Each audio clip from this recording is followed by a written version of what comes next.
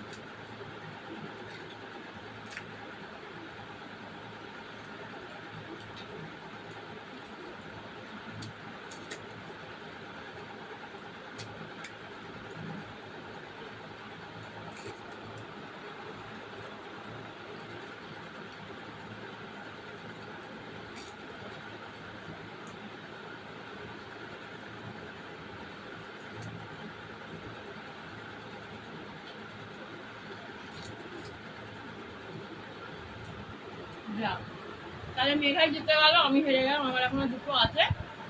আমাদের ফুচকা 11টা করে ছিল, সেখানে আমি হেরে গেলাম, ও সবটা খেয়ে নিয়েছে, এরকম হা করে নিয়েছে, আমার এখনো আছে দুটো, তাহলে আমি হেরে গেলাম। চলো তাহলে একটা শাস্তি নিয়ে আসি, আজকে আমরা নিজেরাই শাস্তি নিচ্ছি।